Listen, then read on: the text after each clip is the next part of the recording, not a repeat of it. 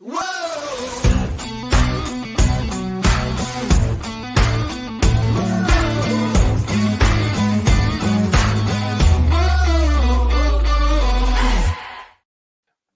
to the What's Our Verdict podcast, where we fashion ourselves television judge and jury. My name is JJ Crowder. I'm here with my co-host, Mattson Heiner. Better read than dead. And Alec Burgess. Let's get it. We appreciate you tuning in. We go ahead and hit that follow, subscribe, like, bell notification button. Tell a friend about us. Tell an enemy about us. Do a seance and tell somebody you haven't seen in a while about us. We're okay. That was a new one. I like it. That one just was right off the top of the dome right there. So, see, I still got some skills. Yeah, telling people and listening helps us grow the podcast, and we appreciate that. We're here to talk about The Last of Us, Season 1, Episode 7, the newest episode this past Sunday. Took a little detour. Like, we've had a lot of backstory for Joel. We've had a little bit of backstory for, like, the epidemic, pandemic, whatever you want to call it, with the spores and the fungus and cordyceps, but we haven't had a lot of Ellie background, but we basically get all of the Ellie background that matters at this point. This section's all based off of the DLC from the first game called Left Behind, which was also the name of the episode. I think it came out about a year after the game was released. It was really good. And before that, Riley was just something that was kind of talked about, like the fact that the mall was mentioned, and then Riley was, so it was very different in the game before it was released. But once it was released, it was like, oh, check this out. And they followed it pretty well. I mean, yeah, that was my question. Is I've never played it, so I literally have no idea. Yeah. It has been a long time. I won't lie. It has been a long time since I've played Left Behind. That piece of it, I'll be playing it tomorrow. So there's the shameless plug for tomorrow's live stream. But I haven't played it in a while. So there's little pieces that I don't remember. But I was telling Casey as we were watching, because she was like, does this whole thing like take place in the mall? And I'm like, yes. I was like, and then she kept asking, like, so when's it all going to go to hell? And I'm like, well, eventually. I was like, but we got to wait for the Halloween store. And so, I mean, it follows pretty well. I think probably the biggest difference is like the Mortal Kombat thing, because they're on HBO Max and on HBO, so they have the rights to use the Warner Brothers properties. Whereas in the show, they didn't, or in the game, they didn't. It's a Naughty Dog game. It's a Sony produced game. So there's no way they're putting any kind of real other developers' games in their game. And I don't remember the name of the game that they do, but the game itself doesn't work correctly. Like, it's really an interesting, I don't want to spoil it too much. You can come watch you play it tomorrow, but it's an interesting thing. Like, they don't actually get to play the game like you see in this episode where they're playing that part of it together. But it's more of like a Street Fighter type game, like, than a Mortal Kombat type. But I mean, obviously, because it's HBO and Warner Brothers, that's why we got Mortal Kombat, because that's a shameless plug for them, because they own those games. Well, and it's like a real game, though, so sure, you can appreciate that. Oh, of course. No, I love Mortal Kombat. I have Mortal Kombat 11 on my computer. So it's like, I mean, I've played all of the Mortal Kombat games. I very thoroughly enjoy them. So I love that call out. But in the game, it's definitely not that. But Alec, again, I don't know if we had you I don't think we had your last recording of this. So just want to get your sense on, again, you haven't played any of this. How are you feeling about just being a watcher of a TV show? I'm still all in. So I really enjoy the world building. Again, that's been my thing from like episode 1. And it's the little details like Joel fixing his shoes with duct tape. That doesn't happen in post-apocalyptic stuff. They just, they have infinite shoes or whatever it is. Mm-hmm. But they don't tell that kind of side of things where, your shoes are going to run down, especially if you've been walking for 3 months across the country, which they had. So it's little things like that treat or easier to treat it just as a show for me. And it shows that they put a lot of time and effort into making it feel more like a show than a video game, which I think is really cool. Mm-hmm. And I appreciate it. I like this episode because it's funny. I went and saw Ant-Man at a mall, and then I had to go to a different mall later, and it's just it made you still just think of the downfall of the mall. Because even like Stranger Things before that, it's revolved around a mall too, and it makes me chuckle because you remember it used to be like my life, like going to the mall, we're doing it all there, and then now you're just like, damn, like it's nothing in our lives. But it's just so funny to see the stores that like they were rated, and then like I mean Victoria's Secret had to have paid some good money to have that be there. You're like, well, Yeah. what kind of business model is that? Like we're marketing, we want to be known as, hey, we're not good for the apocalypse, but anything leading into that, like let's go. And it was just fun. I was like, that was one of the few product placements. I was like, yeah, that was funny. Like I'll take Yeah. that. That definitely made me laugh. It's just funny this because in all honesty, like like why would you be going into a Victoria's Secret to braid a bunch of panties when you're all filthy anyways and probably aren't having sex? But that was just funny. I like that sense of cleverness. I mean, they have some nice lotions. Maybe they were going in for some lotion. I don't know. Or Bath and Body Works. I love the smell of that store, but apparently, like no one's trying to get clean. We're just living in filth. Yeah, that's fair. That's fair. I can see Alex just dying to say something right now. Go ahead, buddy. Well, it's funny you said about the lotions because they left all the soaps and the lotions and Bed Bath and Beyond in the mall. We all just stink. We're back to like 19th century when you took a bath once a week. Telling you. Wait, we don't do that anymore? I mean, maybe some of us do. I don't know. Alec, maybe that's why you stay indoors and don't talk to a lot of people. Love it. I will say too that I love scare him away with my stench. Exactly. You walk in like, what the hell is that? Well, that's Alec. No. Smell him a mile away. Yeah, I enjoyed the nostalgia of the mall, especially a kid growing up, because the mall was the place, man. Like, especially I grew up in a even more so for you, Jay. Like, yeah, the mall was it. Yeah, the mall was it. Like every movie theater that was around when I was a kid was in a mall. Like you didn't have movie theaters standalone that you didn't pay a fortune for back then. And we're back to paying a fortune, but back then we had mall theaters. Like you pay $1 for the movie, man. Like it was great. But now not so much.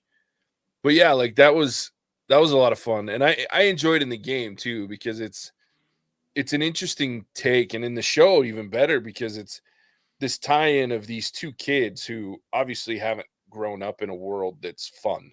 I mean, let's just go ahead and be honest. You're going to end up either living the way that normal people live, as normal as you can, or you're going to military school in the case of these two kids where they're orphans. And so you have no choice. You're going to freaking military school. You're going to grow up in some sort of militant group, period. And so it's really cool to see this dynamic of, hey, let's get away from our everyday military base lifestyles and go hang out in the mall and be kids for a night. You know what I mean? And it's really fun to watch that. The other thing I like about it, and look, this doesn't end well, so spoiler there. I mean, but it's The Last of Us. Nothing ever ends well in this show. There's always this underlying feeling of hope, but not to burst everybody's bubble, there's nothing ends great in this series, whether it may not end as bad as it could have, but it doesn't end well. I mean, it's just how this thing works. So I like that break. And even in the game, like you get a little bit of a break from like the just morose, dark, heavy content that comes with where we're at in this world. And then it takes you right back to it, and probably in even worse fashion than you could imagine. Like that's the one thing about Left Behind that always kind of gets everybody, I think, that plays it, is it's this fun, interesting, weird, quirky little piece of a show where you get to know more about this character that you love and you're really behind and following. And then you get to see her first adult tragedy or close to adult tragedy. And oof, what a rough way to go. And the game's even worse. So just throw that out there. If you think the show was bad, the show cut before you have to see the worst part of it. So, and it doesn't look like they're going to show it in the next episode either, which I'm actually okay with. I don't need to see another 14-year-old girl turn. It just, and her crush / girlfriend at that point have to finish that process. It's not good. It's rough. But I love the character development. I love seeing that. You start to understand a little bit more about why Ellie is the way that she is sometimes. I'll tell you what really got me. The very beginning, right? They're running around freaking basketball court. Dude, that's gonna be like 40,000 laps to get a mile. Yeah. Like Fedra isn't just military school; it's like the military school of military schools. Like it sucks. Yeah.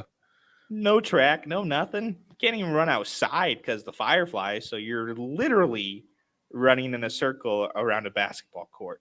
Yeah. That would drive me insane. Mm-hmm. Well, when you just think of the dynamic of that, they're 14-year-old kids, and who knows? There could be younger, there could be older, and like they're going to school to become. I mean, that's how he bribes her, right? You could become an officer. What the fuck are we talking about? Like, it's crazy to me, but it's an interesting, like you said, the world building's there. You get to see probably what it would really be like in some way, shape, or form when the world goes to shit. Oh, I'm buying it. I'm buying it 100%. They still got PE. Can't get away from it. That's right. That's right. Can't get away from it. What I love the most is more towards the end of just how Ellie and remind me her. Why am I forgetting her friend's name? Riley. Mm-hmm. Just when Riley had already, they talked about this in the post-show credits about Riley had already experienced a loss with some people she'd seen die, and that was Ellie's kind of like first time, and the difference in their emotions where Ellie's raging and smashing things up, and Riley's just very contemplative and quiet and kind of sober, and just seeing the two different reactions of how things are handled there. I think it was really well done. I think you have to ask yourself who you would be in that circumstance and how you would react to that, because you had your whole life ahead of you, but it's not like it was a great life, but you had a life. And like you say, Jay, that The Last of Us always, whenever there's a good moment, it seems to always get like overturned by something just crappy, and the reality of life hits. And you look at Bill and Frank and just what happened there, and as good as things were, it ended horribly at the same time. And this post-apocalyptic world, you can never escape that. And that's why I've always been on record that, look, if I believe in the afterlife and it's real, man, shoot, send me there, because there ain't nothing to live for, because everything just goes to shit. Yeah. It's an interesting concept. So that's what I was thinking about, kind of what you're talking is in these types of shows, whether it's a zombie apocalypse, you got this pandemic, whatever, infection, so the infected are out there. It's easy for us to go, man, it would suck to live at that time. Or we talk about The Last of Us, how shitty things will have all these great things, and then it's followed up with the worst possible, way for it to end, or things like that. But I mean, not to go like really cynical, but I mean, that's kind of life in normal sense too. Like, it just doesn't play out in an hour. You know what I mean? It plays out in days, weeks, months, years. You have all this great stuff, and then eventually something shitty is going to happen. Like, regardless of who you are, there's going to be... You have hot water, good food, yes, movies, a phone. At least you got distractions. Sure. They had all of that in that Jackson Hole compound, Mattson. Jackson Hole is the first post-apocalyptic setting. I could get behind it. Yeah. Dude, wait till you see game 2, man, or season 2. There's a part where they're living in a football stadium, Like they've made a football stadium their compound. Mm-hmm. It's pretty cool. Anyway, I'll leave that at that. But yeah, no, you're right, Mattson. Like we have, yes, it plays out similarly in regular life, but we have a lot of things to keep us from having to actually contemplate the things like that for long, right? But what The Last of Us shows us, the opposite side of that is, like, you looked at the Jackson community, is they had a community. Like, people knew people. They knew everybody. Like, I'm sure they all could be like, that's why if someone just showed up in there wasn't supposed to, they'd all know. They'd be like, who the hell is that? Because they had to share resources. They had to develop relationships. And the problem with the world we live in today is, yeah, we have all that stuff, but we have enough stuff that you don't need anybody. You could literally have DoorDash and Uber. Food can show up at your door. You don't have to interact with the person who's bringing it anymore. You can have a remote enough job where you probably don't even have to speak to a human that day. You could do everything without human interaction. And I think that's one of the things that Last of Us does well is, yeah, it's crappy, but these people really know each other and they know them at a level that most of us don't really take the time to get to know anyone anymore. It's even your good friends these days. It's teenagers and younger people, even my generation. Like, it's hard to hold a conversation without having your phone and looking down, doing something else, but you got a real life human right there. And I think just watching the show again helps me to understand the impact and power of having moments with someone real and tangible right then and there. I agree. All I heard was, this is awesome because right now we don't have to interact with people ever. And it's way better than being a communist. That's all I got out of that. Of course, that's what you got out of that, Alec. So, as the resident old guy, one of the things that I found really interesting about this episode is this like whole date mentality, right? So, like, this is in essence their first date, these two. And I love it because, to your point, Mattson, I'm old enough to remember the first, well, it's been longer now that we've had cell phones when I was alive than not, but up until I was 21, I had a pager at like 19. That was it, right? So before that, the connectivity was just not there.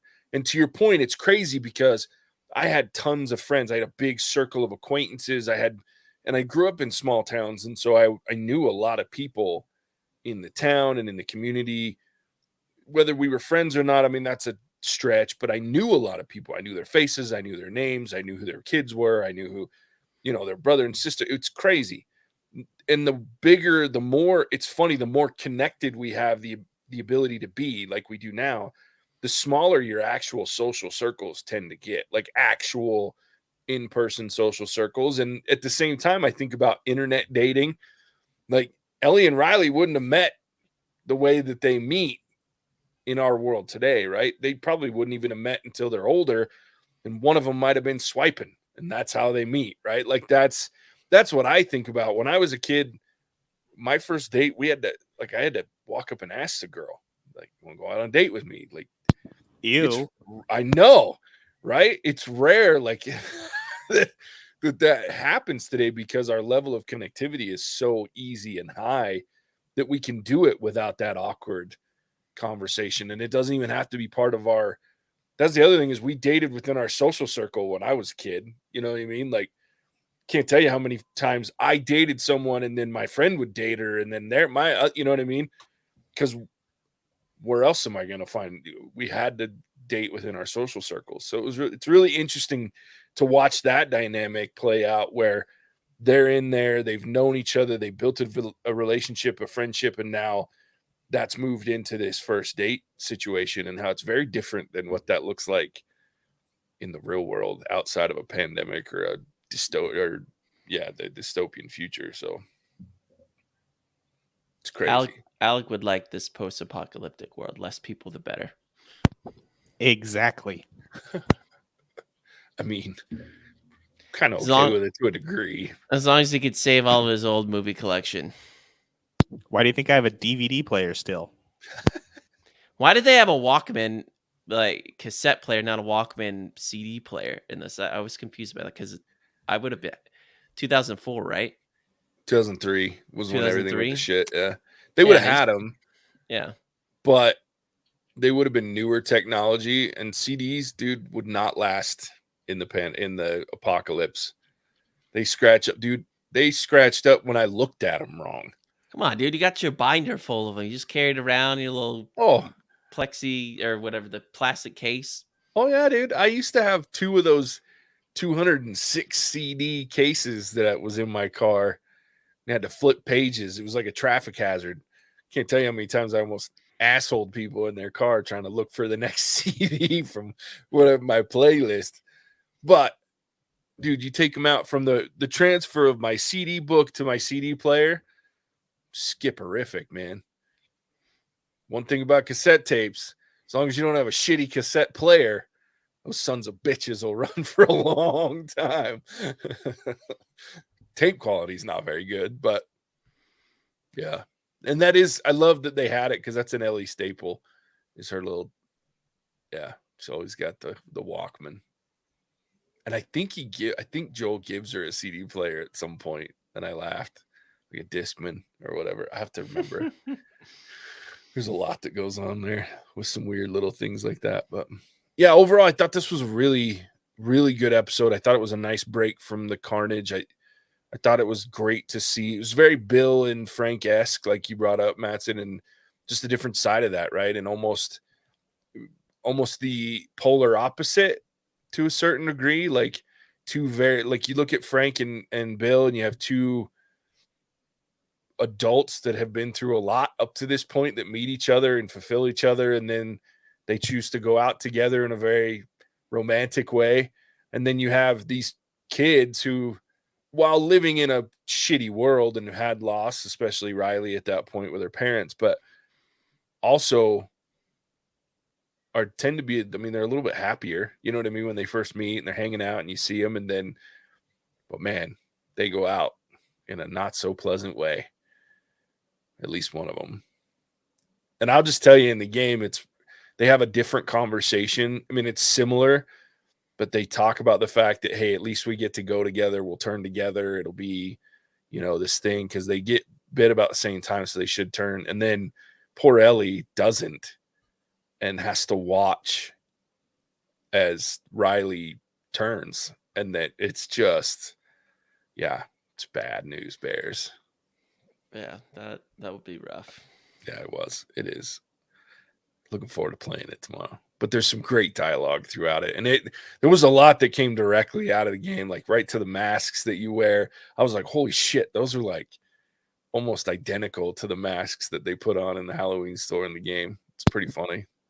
Was the infected clicker, whoever he was he in a doll room as well in the game, JJ?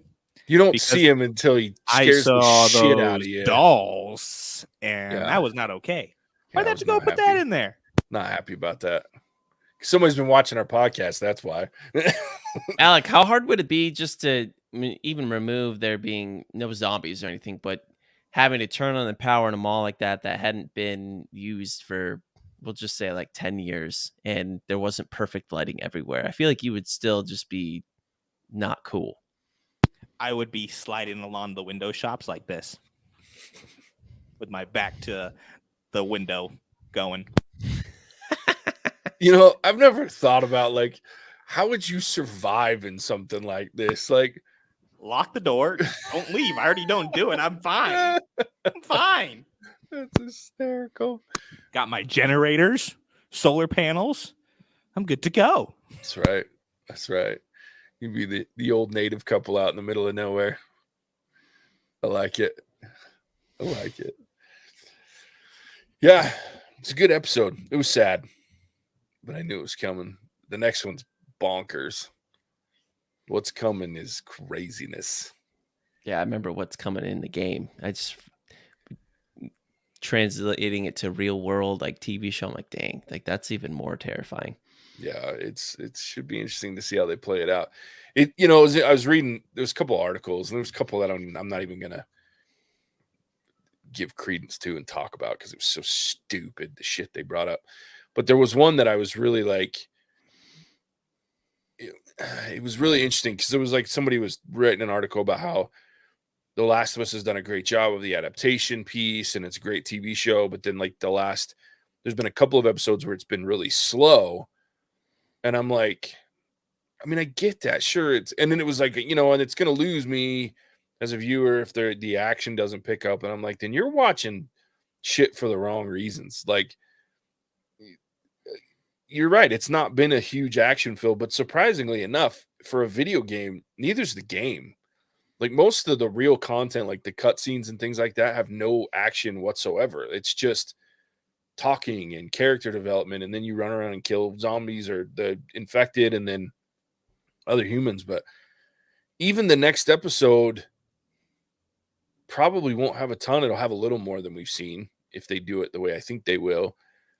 But it's still about character development. And it's really, in my opinion, where it's all about Ellie and how she kind of is going to become more Joel-like than even she is now. She kind of loses a little bit of that fire that she has for a minute. So it's interesting. I mean, I'll say I appreciate the lack of action, so to speak, because it makes, in my opinion anyway, like the consequences feel more real. Right? Like, Joel's not out there, say hello to my little friend, and mowing down infected left and right. Like in the few altercations he gets into, he comes out hurt in every single one. Not necessarily bad, but I mean, he's old and he put a lot of strain on those bones. Yeah. So I like that there's actually like real consequences to what's going to be happening. And you want to avoid getting in that fight at all costs. Yeah, it's like we talked about. I mean, you get the people that listen to this podcast know. I love my action. I love a good movie or show with pace. But as we've been playing through this game and watching JJ, there's so many fight scenes. We talked about this. If you watch on our Tuesday when JJ plays through, I've been listening to these special forces guys, and they talk about when they have time to prepare and go on these ops and they have the elite training that they do. A lot of these operations are not very as life-threatening as a common individual like I would think, because they know the scenario, they have the intel, they're going in. But what Joel experiences in this game, 9 times out of 10, it's something you're not prepared for. It barely have enough resources to shoot the gun, for instance.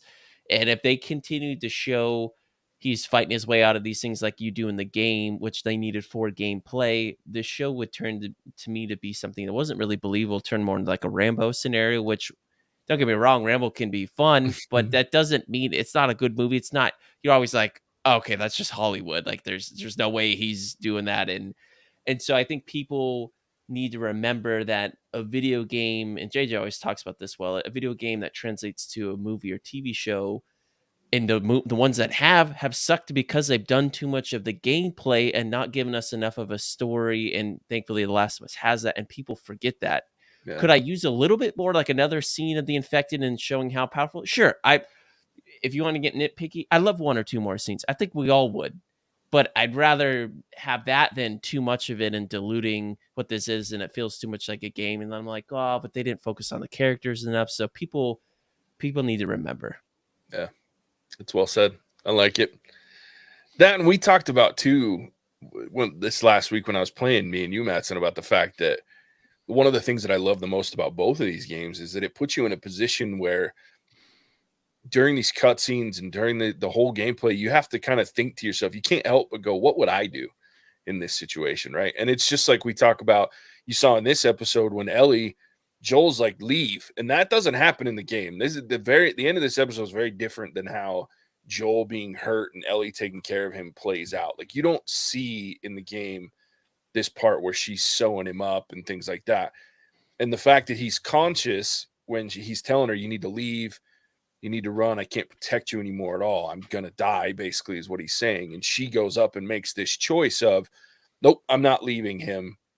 I'm going to do what I can to save him. Goes and finds the sewing kit and starts patching him up as best she can. Like, that's one of those situations where I'm like, I'd probably leave his ass. You know what I mean? Like, and not because I don't care, but I don't know how to sew this dude up. And I'm probably not even got the stomach to go down there with the freaking needle and thread and start sewing up, patching somebody up. I'd be like, sorry, you want me to end this quick for you? And then I'm going to get out of here. Can check JJ off my best friends list. Yep. Oh shoot! And I would expect nothing less if I got stabbed in the gut with a baseball bat, and I'm laying in there shivering in a basement somewhere.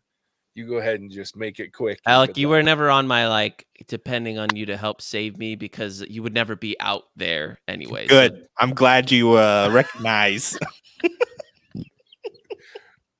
I think both Alec and I are the guys that people are going to be like, if we can just make our way to Arizona or Utah, we'll find Alec or JJ's house and we'll camp out there. Alec's not letting me in. We'll have Friday movie nights on the projector screen. No, because I'm gonna die because we're watching crap. I'm going to JJ's before going to Alex. Casablanca every week. That's right. That's right. Every once in a while, I'll be like, That's a form of hell. That's like a hell for me. Like the Far Side comics, just having like Casablanca on repeat that I have to watch endlessly in an inferno. Oh That's gosh, funny. All of a sudden, Mattson's like, I'll take my chances with the infected. This is bullshit. Alex got to watch like White House Down or something, which I also don't Oh. really like, but something stupid like that. It's going to be the trilogy. Can't forget Olympus Has Fallen. With Javier sitting next to you, God. just yelling incoherently. Yeah. What was the other? It was Olympus Has Fallen. And Yeah, something it stupid. was so stupid. Anyway. Overall, good episode. Looking forward to next week. What I'm sad about is we only have 2 episodes left. And now I'm like, damn, there's a lot left. Technically. But yeah, there's only 2 episodes left. That's nuts to me. So 8 and 9. I wish there was 10. I wish. But I get it. I think they've done a good job of telling the story. So all right, well, Alec, it's your turn, my friend. Tell everybody where they can find us. Thank you for tuning in to our most recent episode of The Last of Us. 7 episodes in means this will be wrapping up quick, fast, and in a hurry. Guys, my jokes aren't that great when I'm traveling, so I apologize for that. But check it out. We're still going live tomorrow, as we've said, for JJ's live stream to The Last of Us Part 1, which I think has been an unprecedented success on our channel, which means now is the time to flood JJ's inbox with playthrough requests. Oof. I'm hoping for Hogwarts Legacy, the new Harry Potter game. Everybody blow this man up. Anyways, if you haven't already checked it out, it was released today, but go check out our new episode of Ant-Man and the Wasp, Quantumania, and let us know how our verdict holds up. Also, special thanks to our current patron, Walking Dead Season 5. I see we went back to lawn names. Thanks, Charles. If you guys like what we do and want to support us more directly, we are on Patreon, where every dollar earned goes towards getting a soul for Mattson. With that, I will send it back to the great Bambino, the mauling mastodon, JJ. Great. Would his body reject it, though? Like, it's like, oh, no, he's got red hair. I got to go. We'll have to find a very specific soul for him. That's why it costs so much. That's right.